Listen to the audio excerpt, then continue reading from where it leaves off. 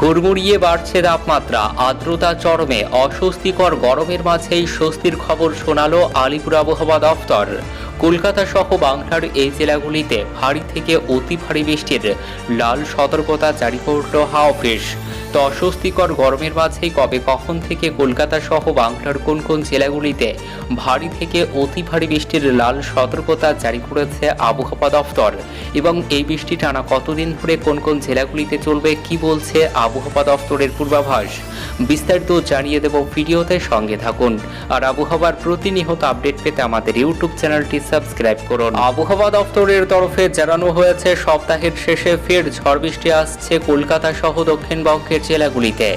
হাওয়া অফিসের পূর্বাভাসে বড় ইঙ্গিত, আগামী শনিবার 1 জুন সেই শুভ দিন। ওই দিন থেকেই টানা 3 থেকে 4 দিন ঝড় বৃষ্টিতে ভাসতে পারে উত্তরবঙ্গের পাশাপাশি দক্ষিণবঙ্গের জেলাগুলিও। জেলায় জেলায় বজ্রবিদ্যুৎ সহ বৃষ্টির পূর্বাভাস রয়েছে। সুখবর আরও রয়েছে।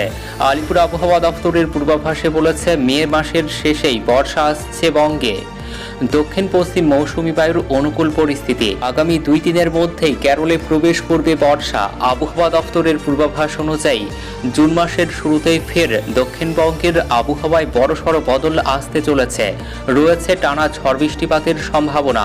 এদিকে আজ শুক্রবার হালকা বৃষ্টিপাত হতে পারে কলকাতা সহ দক্ষিণবঙ্গের বেশ কিছু জেলায়। হাওয়া অফিস জানিয়েছে, আগামী 1 জুন শনিবার কলকাতা, উত্তর এবং দক্ষিণ 24 পরগনা সহ রাজ্যের সমস্ত জেলাতেই হালকা থেকে মাঝারি বৃষ্টি হতে পারে। বজ্রবিদ্যুৎ সহ বৃষ্টির সম্ভাবনা রয়েছে। আগামী 1 জুন শনিবার থেকে 4 জুন মঙ্গলবার পর্যন্ত দক্ষিণবঙ্গের প্রায় সব জেলাতেই বজ্রবিদ্যুৎ সহ বৃষ্টির পূর্বাভাস রয়েছে। পাশাপাশি দমকা হাওয়ার দাপট থাকবে।